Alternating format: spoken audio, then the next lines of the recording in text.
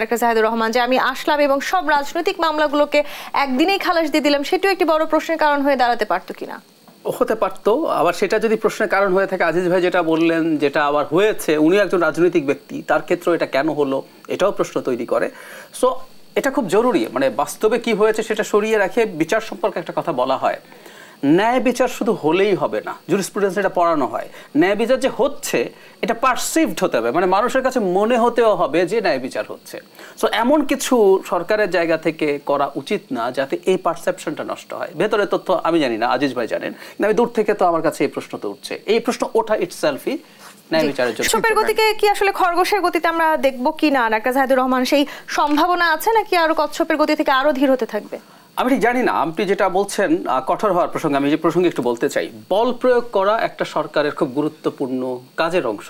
শুনতে খারাপ শোনায়, কিন্তু একটা স্টেটের এই যে আইন শৃঙ্খলা রক্ষাকারী বাহিনী আপনি তৈরি করেন, বিভিন্ন মাত্রার বল প্রয়োগের অস্ত্র, টিয়ার গ্যাস আছে, সাউন্ড গ্রেনেড আছে, আপনি রাবার বুলেট আছে, পরে ইভেন প্রাণঘাতী গুলিও আছে। এগুলো রাষ্ট্রের থাকে বাহিনীগুলোর কাছে, কারণ আপনাকে বল প্রয়োগ করতে হয়, বল প্রয়োগ করার পরিস্থিতি তৈরি হয়।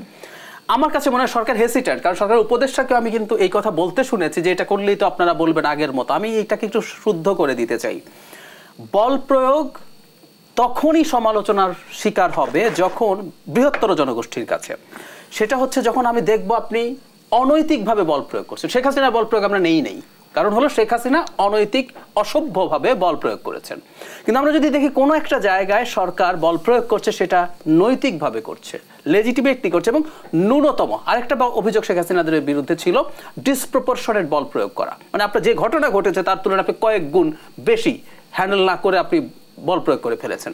সো এগুলো যদি না হয় লেজিটিমেটলি, এবং যদি মোটামুটি সফটলি তারা এগুলো হ্যান্ডেল করেন বল প্রয়োগ করেও, সেগুলো আমার মনে হয় না জনগণের সমস্যা হয়। বরং এই ঘটনাগুলো যখন ঘটলো, ধরুন একটা দুটো কলেজ ঘোষণা দিয়েছে mega Monday, super Sunday. So mega মানডেতে ঘোষণা দিয়েছেন আগের দিন, ওই দুই কলেজ থেকে যেখানে হামলা করতে যাচ্ছেন, এটা 5-6 কিলোমিটার, তারা এখান থেকে রীতিমতো মিছিল করে ওইদিকে যাচ্ছেন, তা থেকে কেউ থামাতে পারলো না। কি হলো? আপনি বল প্রয়োগ করলেন না, কিন্তু এই যে ঘটনা ঘটলো এই রাষ্ট্রের ব্যর্থতা হিসাবে, সরকারের ব্যর্থতা হিসাবে শোকেসড হলো। আপনি ভারতের মিডিয়া যান, দেখবেন এই ঘটনাটাকে কিভাবে দেখানো হচ্ছে যে ডক্টর ইউনূসের সরকার তো কার্যকরী না।